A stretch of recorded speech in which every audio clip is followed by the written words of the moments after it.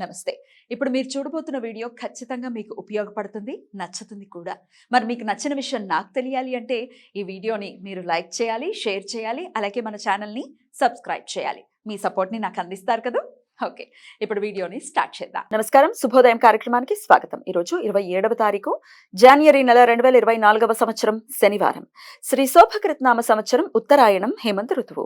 ఈరోజు పుష్యమాస బహుళపక్ష విద్యా తిథి రాత్రి 3:36 వరకు, తదుపరి తదియా తిథి ఆశ్లేష నక్షత్రం మధ్యాహ్నం 1:01 వరకు, తదుపరి మఖా నక్షత్రం.